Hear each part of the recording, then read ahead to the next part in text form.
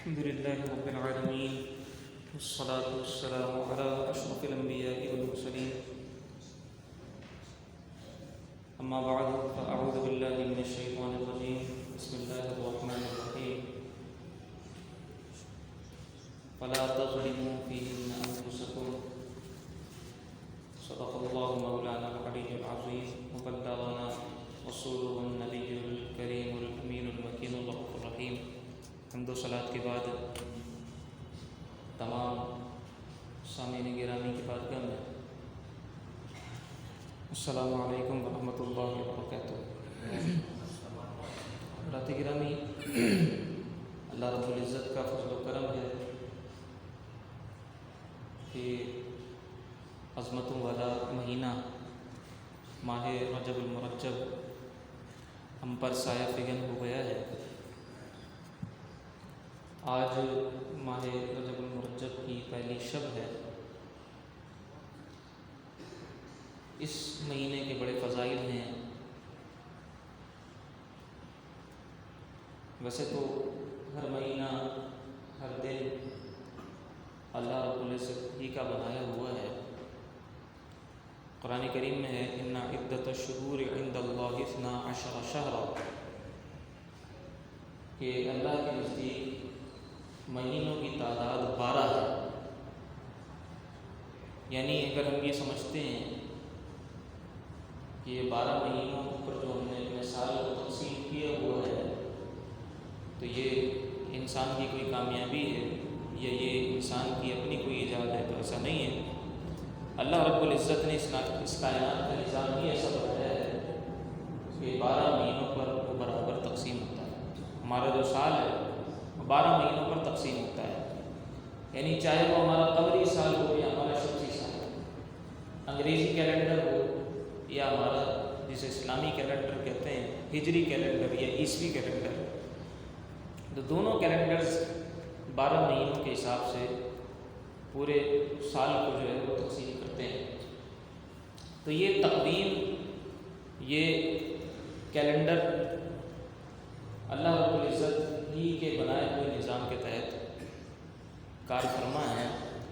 اور اللہ رب العزت کا بنایا ہوا نظام ایسا ہے کہ جس چیز کو جب جس طرح مالک کریم نے حکم دیا ہے، جہاں جس کو سیٹ کر دیا وہ اسی طریقے سے مسلسل کام کر رہا ہے. یعنی آج جو انگریزی تاریخ ہے 25 فروری 2020، آپ 25 فروری 2019 دیکھ لیں، 2018 دیکھ لیں یا آگے جا کر آپ دیکھ لیں سالوں میں، جتنی پیچھے جا کر اس کیلنڈر کے حساب سے آپ دیکھ لیں، آج سورج جس وقت غروب ہوا ہے آپ کو 1 سیکنڈ کا فرق بھی پچھلے سال میں یا اگلے سال میں نظر نہیں آیا. 1 سیکنڈ کا فرق بھی نظر نہیں آیا. یہی وجہ ہے کہ ہم نے اسی طریقے سے اپنے نمازوں کے اوقات کو جو سیٹ کیا ہوا ہے، نمازوں کے اوقات کا دائمی نقشہ مساجد میں لگا ہوتا ہے، بعض اوقات گھروں میں بھی ہوتا ہے. اب تو سوشل میڈیا کا دور ہے، موبائل اچھے آ گئے ہیں، موبائلس کے اندر بھی ہوتا ہے. تو دائمی نقشہ اگر آپ اس کو دیکھیں گے، آپ اگر 25 فروری 2019 کی مغرب کا وقت دیکھ لیں، غروب شمس کا وقت دیکھ لیں، تو آپ کو عین یہی وقت ملے گا جو آج کا وقت ہے.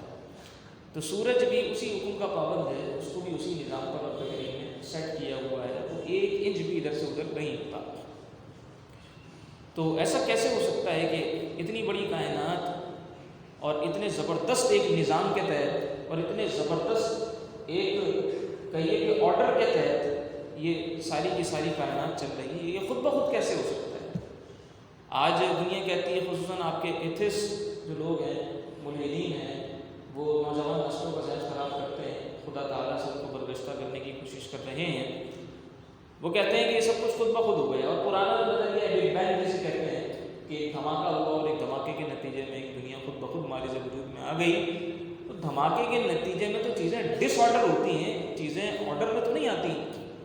یہ تو ساری چیزیں ایک دم آرڈر میں آ گئی. تو یہ دھماکے کا نتیجہ کیسے ہوا؟ اور پھر یہ کہ اگر ہم اپنے گھر کے بارے میں بھی کہیں کہ میں دیکھ رہا تھا اچانک سے خود ہی سے بدری آئی، خود ہی سے پتھر آئے، خود ہی سے دروازہ آیا اور خود ہی سے جو ہے وہ ایک عمارت بن گئی اور ایک گھر بن گیا. ہم اگر کسی کو یہ کہیں گے تو سامنے والا کہے گا کہ تم عجیب آدمی، بیوقوف پاگلوں والی باتیں کر رہے ہو؟ تو ایک گھر ہمارا، ایک عمارت ہماری اس طرح خود بخود نہیں بن سکتی، اتنی بڑی کائنات خود بخود کیسے بن سکتی جس کے اندر زمین ایک چھوٹا سا سیارہ ہو، جس کے اندر زمین کی حیثیت سورج کے سامنے ایسی ہو کہ سورج اگر ایک فٹ بال ہو تو زمین یوں سمجھیں کہ جیسے ریت کا ایک ذرہ، زمین ریت کا ایک ذرہ ہے اور سورج فٹ بال ہے۔ سورج اتنا بڑا ہے زمین کے سامنے، یہ زمین ہی اتنی بڑی ہے، یہ کوئی یہ دعویٰ نہیں کر سکتا کہ ہم نے پوری زمین گھومی، اور زمین گھومنا تو دور کی بات اپنے شہر کے بارے میں وہ یہ نہیں کہہ سکتا کہ کراچی کا ہر گھر ہر گلی میں نے دیکھی اور زندگی میں نے گھوم لیا ہے، چاہے اس کو 100 سال کی زندگی مل جائے۔ تو رب العزت نے اتنی بڑی کائنات بنائی، اتنی ملکی ویز ہیں، اتنے سیارے ہیں، یہ سب کچھ ایک نظام کے تحت چل رہا ہے۔ بار کیسے؟ تو یہ نظام رب العزت نے بنایا، ہر دن رب العزت نے بنایا، لیکن کچھ خاص ایام ایسے ہیں جنہیں رب العزت نے فضائل عطا فرمائے۔ ان میں سے ایک ماہ رجب المرجب ہے۔ جب ماہ رجب المرجب کا آغاز ہوتا، اللہ کے رسول صلی اللہ تعالیٰ علیہ وآلہ وسلم دعا فرمایا کرتے تھے، اللہم بارک لنا فی رجب و شعبان وبلغنا رمضان، کہ اے اللہ ہمیں رجب میں برکت عطا فرما، شعبان میں برکت عطا فرما، اور ہمیں خیر و عافیت کے ساتھ ماہ رمضان تک پہنچا دے۔ یہ دعا اللہ کے رسول صلی اللہ تعالیٰ علیہ وآلہ وسلم فرمایا کرتے تھے۔ یعنی یوں سمجھیں کہ رجب بیج بونے کا مہینہ ہے، رجب بیج بونے کا مہینہ ہے، شعبان پانی دینے کا، کھیتی باڑی کرنے کا مہینہ ہے، اور ماہ رمضان فصل کاٹنے کا مہینہ ہے۔ رمضان میں فصل پک کر تیار ہو چکی ہوتی ہے، اس میں فصل کاٹنی ہوتی ہے، اس میں کھانا ہوتا ہے، لطف اندوز ہونا ہوتا ہے اللہ کی نعمتوں سے۔ تو اگر کسی نے بیج ہی نہیں بویا اور اس نے کاشتکاری ہی نہیں کی تو وہ فصل کیا تیار کرے گا؟ یہ بھی کہ آہستہ آہستہ آہستہ انسان کو عادت ہو جائے۔ ماہ رمضان کے بعد ایک تسلسل ہو جاتا ہے، بہت وقت ہو جاتا ہے، ناغہ ہو جاتا ہے، روزے نہیں رکھے، ویسے لمبے لمبے قیام کرنے کی عادت نہیں رہی ہے، تو تھوڑا سا پہلے سے ماہ رجب سے اگر ہم یہ تیاری شروع کر دیں گے، تھوڑے بہت کر کے روزے رکھنا شروع کر دیں، پھر شعبان میں کچھ بڑھا دیں، اور پھر جو ہے وہ ماہ رمضان مبارک میں ہمیں تاکہ آسانی کے ساتھ روزے بھی حاصل ہو جائیں اور جو ہے قیام اور عبادات بھی ہم آسانی کے ساتھ کر سکیں، اور پھر جب ہماری پہلے سے پریکٹس ہوتی ہے نا تو پھر وہ بعد تک چلتی رہتی ہے۔ ماہ رمضان مبارک میں ہم پریکٹس کرتے ہیں، اس کے بعد ایک دم گزر چھوٹ جاتا ہے، تو تھوڑا سا پہلے سے ہم اس کو شروع کریں گے تاکہ وہ ہماری عادت میں مزید ڈھل جائے اور ہمارے مزاج کا حصہ بن جائے۔ یہ 4 مہینے ہیں، اصل میں اللہ رب العزت نے ان 4 مہینوں کو بڑے فضائل عطا فرمائے ہیں۔ ان مہینوں کو محترم اور حرمت والا مہینہ کہا جاتا ہے، ٹھیک؟ قرآن کریم کے اندر بھی یہ بیان موجود ہے، منہا اربعۃ حرم، کہ 4 مہینے حرمت والے ہیں۔ یہ جو 4 حرمت والے مہینے ہیں، ان 4 مہینوں کی اتنی تعظیم ہوا کرتی تھی کہ زمانہ جاہلیت کے اندر بھی ان 4 مہینوں کے اندر اگر جنگ چل رہی ہوتی تھی تو جنگ بند کر دی گئی، جنگ بندی ہو جاتی تھی۔ ان 4 مہینوں میں زمانہ جاہلیت میں بھی لوگ لڑتے نہیں تھے۔ 4 مہینے محترم کون کون سے؟ 3 تو اللہ کے رسول نے فرمایا کہ لگاتار ہیں، بخاری شریف کی روایت ہے۔ 3 فرمایا کہ لگاتار ہیں، کون کون سے؟ ذی القعدہ، ذی الحجہ اور محرم۔ یہ 3 جو مہینے ہیں یہ لگاتار ہیں، اور ایک مہینہ رجب ہے۔ ایک مہینہ الگ ہے، وہ ہے رجب، اور 3 جو اس کے علاوہ مہینے ہیں وہ ذی القعدہ کا، ذی الحجہ کا اور محرم کا۔ ان 4 مہینوں کو بھی اللہ رب العزت نے بڑے فضائل عطا فرمائے۔ اچھا، ان کے بھی فضائل ہیں، شعبان کے بھی فضائل ہیں، پھر رمضان کے اپنے فضائل ہیں۔ تو ان 4 محترم مہینوں، ان کو محترم کہنے کا مطلب عربی یہ نہیں ہے کہ ماہ رمضان کی فضیلت نہیں، اس کے فضائل اپنی جگہ ہیں، اس کے فضائل جو ہے وہ اللہ کے رسول نے بیان فرمایا۔ خطبے میں نے ایک آیت کریمہ تلاوت کی، آیت کریمہ کا حصہ، فَلَا تُظْلِمُوا فِيهِنَّ أَنفُسَكُمْ، کہ ان مہینوں کے اندر اپنی جان پر ظلم مت کرو۔ حضرت عبداللہ ابن عباس رضی اللہ تعالیٰ عنہ اس آیت کے تحت رئیس المفسرین ہیں، تمام مفسرین کے سردار ہیں حضرت عبداللہ ابن عباس۔ وہ اس آیت کے تحت کہتے ہیں کہ ویسے تو کسی دن بھی اپنی جان پر ظلم نہ کرو، لیکن خصوصاً ان 4 حرمت والے مہینوں میں اپنی جان پر ظلم مت کرو، اس لیے کہ ان مہینوں میں اپنی جان پر ظلم کرنا جو ہے وہ بہت زیادہ خطرناک ہو جاتا ہے۔ اللہ رب العزت نے انہیں محترم بنایا ہے، ان کا احترام ہمیں کرنا ہے، ہم پر لازم ہے، اور ان مہینے میں اگر کوئی گناہ ہو جائے تو اس کا گناہ کا جو وبال ہے وہ بڑھا دیا جاتا ہے، اسی طرح نیکی کا اجر بھی بڑھا دیا جاتا ہے، نیکی کا ثواب بھی بڑھ جاتا ہے اور گناہوں کا وبال بھی بڑھ جاتا ہے ان 4 محترم مہینوں کے اندر۔ تفسیر جلالین کے اندر اسی آیت کے تحت یہ بات مذکور ہے کہ یہاں جو ظلم ہے، ظلم سے مراد ہے گناہ کرنا، یعنی اپنی جان پر ظلم نہ کرو، یعنی گناہ مت کرو۔ تو ماہ رجب المرجب سے ہی اگر ہم جو ہے وہ یہ کوشش کریں کہ گناہوں سے، چاہے وہ چھوٹے چھوٹے گناہ ہی کیوں نہ ہوں، ان سے اپنے آپ کو بچائیں گے، دور رکھیں گے، تو آہستہ آہستہ کر کے انشاءاللہ یہ جو ہے ہماری طبیعت کا حصہ بن جائے گا۔ اسی طریقے سے ماہ رجب المرجب کا جو پہلا دن ہے اس کے بارے میں حدیث شریف میں آتا ہے کہ ماہ رجب المرجب کا پہلے دن کا جو روزہ ہے وہ 3 سال کے گناہوں کا کفارہ ہے۔ صوم اول یوم فی رجب کفارۃ 3 سنین، کہ 3 سال کے گناہوں کا کفارہ بن جاتا ہے یہ ماہ رجب کا پہلے دن کا روزہ۔ والثانی کفارۃ 2 اور دوسرے دن کا روزہ 2 سال کے گناہوں کا کفارہ ہے۔ والثالث کفارۃ 2 اور تیسرا جو ہے وہ 3 سال کے گناہ، تیسرا جو ہے وہ 1 سال کے گناہ کا کفارہ ہے۔ پھر اس کے بعد فرمایا کہ ہر دن کا جو روزہ ہے وہ ایک مہینے کے گناہوں کا کفارہ ہے۔ یعنی وہ سمجھے کہ اگر ہم نے پہلے 3 دن کے روزے رکھ لی اللہ رب العزت کی عطا کردہ توفیق سے، تو 6 سال کے گناہوں کا کفارہ تو ویسے ہی ہو گیا، ٹھیک، 6 سال کے گناہوں کا تو یہ کفارہ ہو گیا۔ پھر اس کے بعد ہر دن کا روزہ ایک مہینے کے گناہوں کا کفارہ بن جاتا ہے۔ تو ماہ رجب المرجب کے روزوں کی اتنی فضیلت ہے، ممکن ہو جس سے استطاعت ہو، طاقت ہو، کوشش کرے، اللہ رب العزت ہمیں یہ ہمت اور توفیق عطا فرمائے۔ لیکن اس کے اندر ظاہر ہے کہ چونکہ یہ نفلی روزے ہیں، نہ کسی پر جبر کیا جا سکتا ہے، نہ کسی کو ملامت کیا جا سکتا ہے۔ بعض اوقات ہماری عادت ایسی بن جاتی ہے، مزاج ایسا بن جاتا ہے، کسی نے روزہ نہیں رکھا یا گھر میں ہم نے تلقین کی، تعلیم کی، اور کوئی روزہ نہیں رکھ سکا کسی بھی وجہ سے، ہم نے اس کو ملامت کرنا شروع کر دی۔ ترغیب دیں اچھے انداز سے، حدیث سنائیں، ہم دین کی تعلیمات بتائیں، لیکن اگر کسی وجہ سے، کسی عذر کی بنا پر کوئی یہ روزہ نہیں رکھ سکا تو اللہ رب العزت بھی اس پر مواخذہ نہیں فرمائے گا، چہ جائے کہ ہم اس پر سختی کریں اور ہم اس کو ملامت کرنا شروع کرتے ہیں۔ ترغیباً ہم اس کو آسان انداز میں بات اپنی پہنچا سکتے ہیں، لیکن ہمارا جو ملامت کا رویہ ہوتا ہے وہ ملامت کا رویہ کم سے کم یہ نفل عبادات پر ہمارا نہیں ہونا چاہیے۔ صحت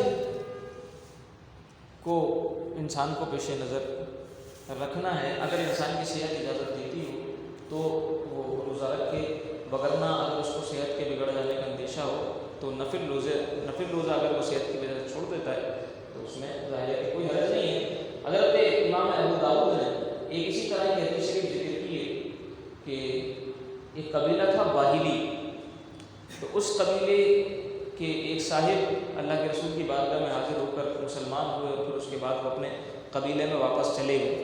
1 سال کے بعد جب وہ واپس آئے اللہ کے رسول کی بارگاہ میں، تو اللہ کے رسول سے پوچھنے لگے کہ یا رسول اللہ آپ نے مجھے پہچانا؟ تو اللہ کے رسول نے فرمایا من انت، کون ہو تم، یعنی نہیں پہچانا تمہیں۔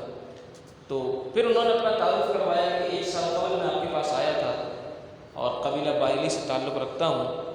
تو اللہ کے رسول پھر پہچان کر اللہ کے رسول نے فرمایا کہ تم نے اپنا حال کیا بنا لیا ہے، پہلے جب تم آئے تھے تو تم بڑی اچھی صورت میں تھے، بڑی اچھی حالت میں تھے، لیکن تم نے اپنا حال کیا بنا لیا ہے؟ تو انہوں نے اللہ کے رسول کی بارگاہ میں عرض کی کہ یا رسول اللہ جب سے آپ سے جدا ہوا ہوں، یعنی 1 سال پہلے سے جب سے میں گیا ہوں، تو تب سے بس میں جب سے مسلسل روزے رکھ رہا ہوں، پورا سال ہو گیا مجھے روزے رکھتے ہوئے، تو اس کی وجہ سے یہ کمزوری اور یہ نقاہت میرے بدن پر طاری ہو گئی۔ تو اللہ کے رسول نے پھر ارشاد فرمایا کہ لما عذبت نفسک، اللہ اکبر۔ یہ دیکھیں بڑا پیارا دین ہے ہمارا دین بہت خوبصورت ہے، دین اسلام بہت خوبصورت ہے۔ اللہ کے رسول نے فرمایا لما عذبت نفسک، تم نے اپنے آپ کو تکلیف کیوں دی؟ تم نے اپنے آپ کو تکلیف کیوں دی؟ اگر تمہارے اندر طاقت استطاعت نہیں تھی کہ تم روزے رکھتے، تمہیں کمزوری لاحق ہو گئی تھی، تو تمہیں اتنی کثرت سے روزے نہیں رکھنے چاہیے تھے، تم فرض روزے رکھ لیتے۔ یہ مقصد ہے۔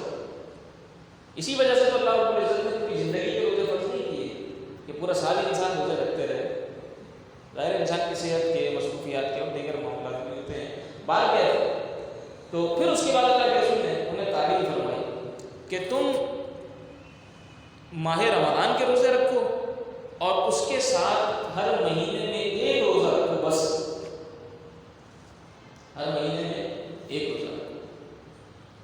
اب دیکھیں وہ رسول اللہ صلی اللہ علیہ وسلم اس منصب پر ہیں اور آپ سے زیادہ سمجھانا، آسان انداز میں اپنی بات کو پہنچانا کوئی نہیں جانتا۔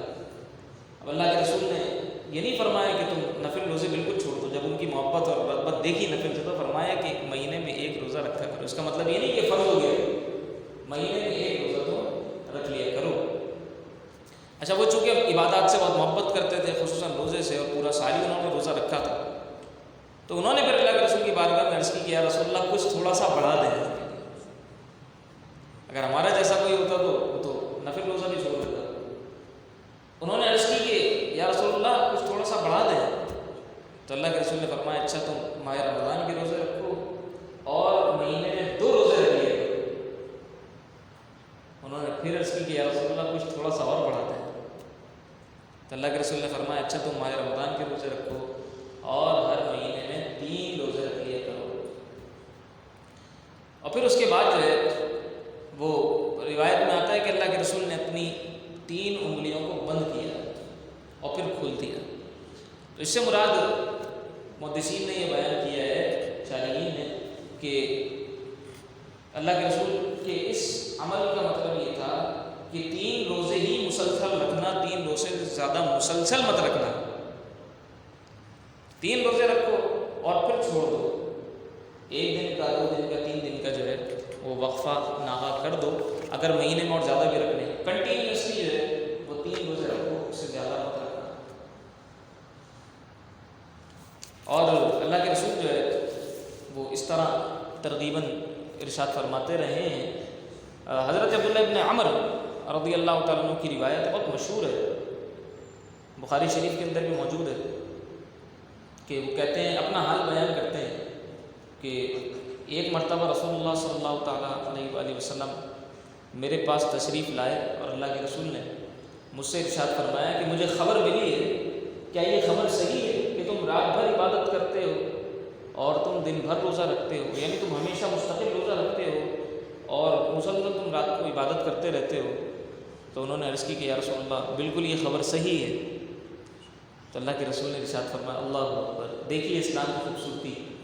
اللہ کے رسول نے ارشاد فرمایا کہ تم عبادت بھی کیا کرو اور آرام بھی کیا کرو، عبادت بھی کیا کرو، آرام بھی کیا کرو، روزہ رکھا بھی کرو اور کبھی کبھی روزہ چھوڑا بھی کرو، ٹھیک، تاکہ انسان کے معمولات میں خلل نہ آئے۔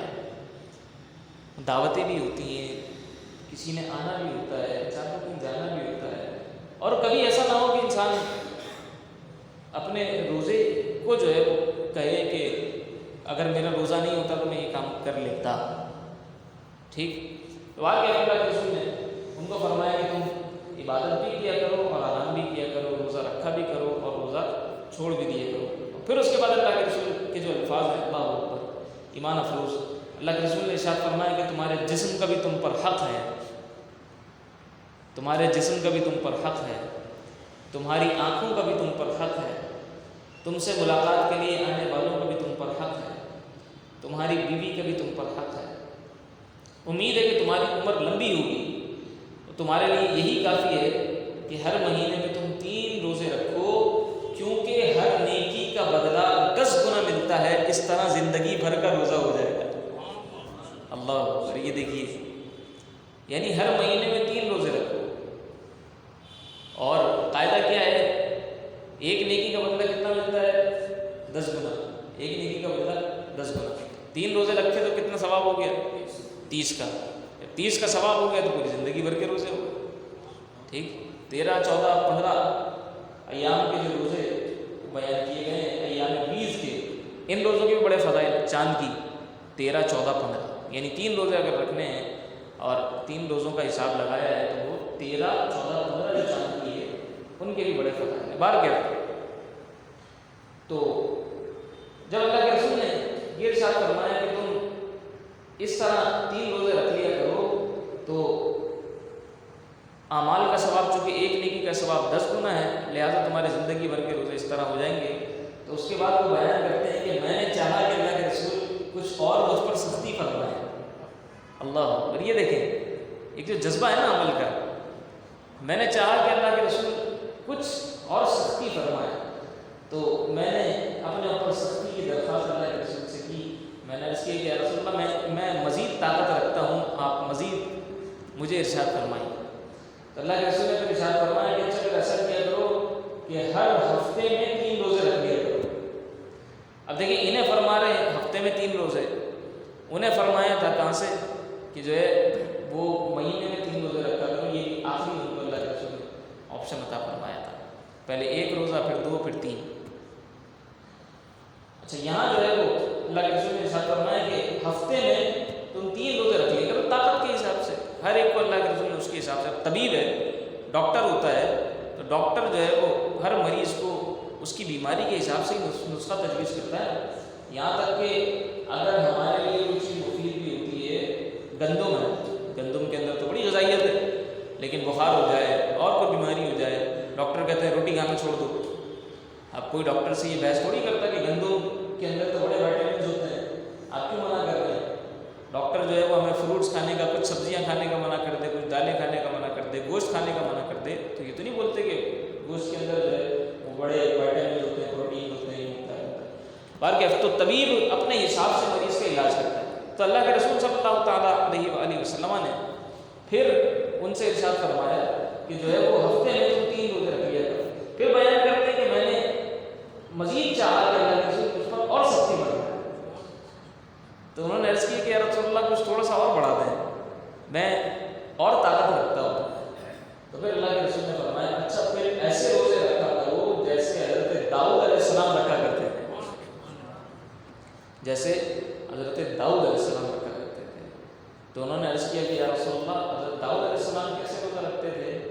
تو اللہ کے رسول نے فرمایا کہ 1 دن روزہ رکھتے تھے اور 1 دن چھوڑ دیا کرتے تھے، یعنی 1 دن چھوڑ کے 1 دن روزہ. تو اب انسان اپنی طاقت کے حساب سے دیکھے کہ جس طرح وہ مینج کر سکتا ہو نوافل، اس طریقے سے وہ نوافل عبادات کو مینج کرے. اللہ کے رسول صلی اللہ تعالیٰ علیہ وآلہ وسلم نے مختلف لوگوں کے مختلف احوال کے حساب سے جو ہے وہ اعمال تجویز فرما دی. آج کی جو رات ہے ماہ رجب المرجب کی، یہ رات بھی بڑی فضیلت والی ہے. 5 راتوں کا ذکر آتا ہے روایات میں کہ ان راتوں میں دعائیں بہت قبول ہوتی ہیں. ٹھیک ہے،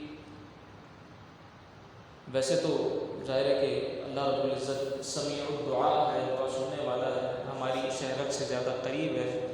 ہم جب پکارتے ہیں وہ سنتا ہے، قبول فرماتا ہے. لیکن کچھ ایام ایسے ہیں کہ ان میں دعائیں بڑی مقبول ہوتی ہیں. 5 راتوں کا ذکر آتا ہے.